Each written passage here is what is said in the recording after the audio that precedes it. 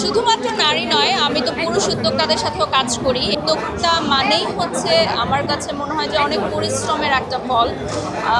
ব্যবসা করা আসলে খুবই কঠিন, এটা যারা করে তারা জানে। কারণ আপনি যদি জীবনে বড় কিছু করতে চান তাহলে আপনাকে ডেফিনেটলি কষ্ট করতে হবে। এই যে নারী উদ্যোক্তা যারা আছে আপনাকে দেখে বিভিন্ন কাজে এগিয়ে আসে, সেই জায়গাটি থেকে আপনি নারী উদ্যোক্তাদের কি বলতে পারেন? শুধুমাত্র নারী নয়, আমি তো পুরুষ উদ্যোক্তাদের সাথেও কাজ করি এবং তারা আমাদের ভাই ব্রাদারদের মতোই। এবং সত্যিকার অর্থে উদ্যোক্তা মানেই হচ্ছে আমার কাছে মনে হয় যে অনেক পরিশ্রমের একটা ফল। ব্যবসা করা আসলে খুবই কঠিন, এটা যারা করে তারা জানে। অনেকেই মনে করে নিজের ব্যবসা কি আর স্টাফরাই তো সব কাজ করে, বিষয়টা ওরকম না। নিজের ব্যবসা নিজেকেই দেখতে হয়। স্পেশালি আমার হাজব্যান্ড যখন বিজনেস শুরু করেছে তখন আমি আরও ফিল করেছি যে আসলে কি পরিমাণ মানসিক স্ট্রেস এই বিজনেস করতে গেলে, এতগুলো স্টাফ ম্যানেজ করা, নিজের বিজনেস নিজেকেই দেখতে হয়। সো যারা বিজনেস করেন তাদেরকে তো ডেফিনেটলি স্যালুট। আর যারা আমাকে অ্যাজ আ প্রমোটার বা ব্র্যান্ড অ্যাম্বাসেডর নেন, আমি সবসময় চেষ্টা করি যে সব কিছু ইজি করে দিতে, তাদেরকে কোনো হ্যাসেল না দিতে। আমি আমার টিমকে গুছিয়ে নিয়ে কাজ করি সবসময়, তো এই জন্যই হয়তো উদ্যোক্তারা আমাকে নিয়ে কাজ করতে পছন্দ করে। টনি আপু হঠাৎ বিবাহ বন্ধনে আবদ্ধ হয়েছে, সেই টনি আপুর উদ্দেশ্যে আপনার কি? ওনার জন্য শুভকামনা রইল, দ্যাটস ইট। এই যে আপনি বললেন যে ওনার বিবাহ হয়েছে, সো এটা ডেফিনেটলি শুভেচ্ছা জানানোর মতো, দ্যাটস ইট। আর কি বার্তা দিব? আমি তো আসলে ওনার সাথে ওভাবে পার্সোনালি মিশিনি যে আমি ওনাকে কোনো বার্তা দিব। সাংসারিক জীবন, উদ্যোক্তা বা ব্যবসায়িক সবকিছু মিলিয়ে কিভাবে সামাল দিয়ে উঠতে হয়, কারণ আপনি যদি জীবনে বড় কিছু করতে চান তাহলে আপনাকে ডেফিনেটলি কষ্ট করতে হবে। কারণ আজকে আমি ফ্লাইটে আসছিলাম, আমি দেখলাম আমাদের সাথে একজন ভিআইপি প্যাসেঞ্জার যাচ্ছে। উনি একজন বিজনেস পারসন, অনেক বড় একজন বিজনেস পারসন। সো উনি ফ্লাইটে উঠেই ল্যাপটপ ওপেন করে তার কাজ শুরু করছে। আমি তখন আমার ম্যানেজারকে বলছিলাম যে দেখো, ওখানে শিখো। উনি এই ফ্লাইটের টাইমটুকু উনি বসে নেই, উনি ল্যাপটপে ওনার কাজ করছে। সো এই যে ছোটো ছোটো জিনিসগুলো থেকে আমি শিখি যে এই অলস সময়টাও বসে না থাকি আমরা। তখন কিন্তু আমিও মোবাইল বের করে আমার একটা ব্লগ রেডি করে ফেললাম। সো এই যে একটা ইন্সপায়ারেশন, সো এটাই আসলে। বারিশা হকের একটা ভালো গুণ এবং একটা খারাপ গুণ জানতে চাই। আমার ভালো গুণ হচ্ছে এটা বলতে পারেন যে আমি মানুষের উপকার করতে পছন্দ করি। কখনোই চিন্তা করি না যে আমার দ্বারা কারো ক্ষতি হবে, এটা কখনোই আমি চিন্তা করি না, উপকার করার চেষ্টা করি।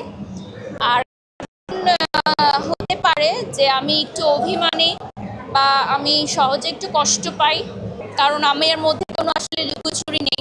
সবসময় স্ট্রেট ফরওয়ার্ড কথা বলতে পছন্দ করি। আমি এত ভনিতা পছন্দ করি না, আমি এত মিডিয়া পলিটিক্সও পছন্দ করি না। আমার একটা প্রোডাকশন হাউস আছে এখন, সেখানে অনেক ছেলেরা কাজ করছে, মেয়েরা কাজ করছে। সো আমরা একটা নতুন ব্র্যান্ড প্রমোটারও লঞ্চ করেছি, আপনারা দেখেছেন, মাইশা, খুব ভালো কাজ করছে। সারা জীবন যে আমিই কাজ করবো এই সেক্টরে এরকম না, নতুনরা কাজ করবে, নতুনদেরকে সুযোগ করে দিতে হবে।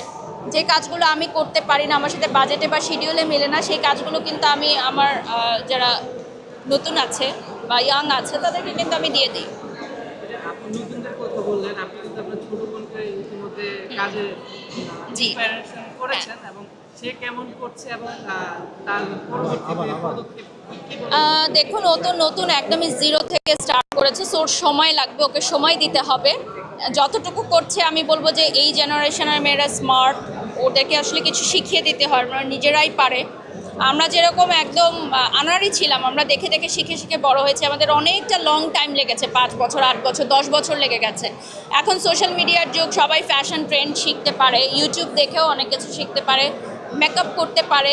আমরা তো মেকআপ করতেও জানতাম না, যখন আমরা মিডিয়াতে কাজ শুরু করেছি আমরা চোখে ঠিকমতো কাজলও দিতে পারতাম না।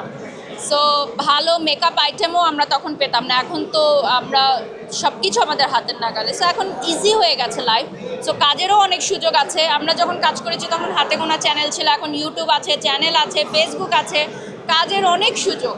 সো নতুন মেয়েরা কেন কাজ করবে না, ওরা তো অনেক কাজ করতে পারবে। আর আমাদের সময়টা আসলে থাকে না যে মেলানোটা খুব ঝামেলা হয়।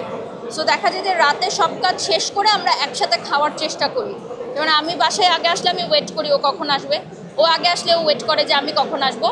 যত রাতই হোক 12টা হোক, 1টা হোক, 2টা হোক, আমরা একসাথে ডিনারটা করার চেষ্টা করি। ডিনারেই আমাদের আলাপটা সারি এবং তারপর তো বাচ্চাকে সময় দেওয়া হয়, বাচ্চাকে ঘিরেই আসলে বেশি সময় দেওয়া হয়। প্রত্যেকটা ভাইয়ার কাছে একটু যাবো, ভাইয়ার কোনো আক্ষেপ রয়েছে কিনা আপনার প্রতি?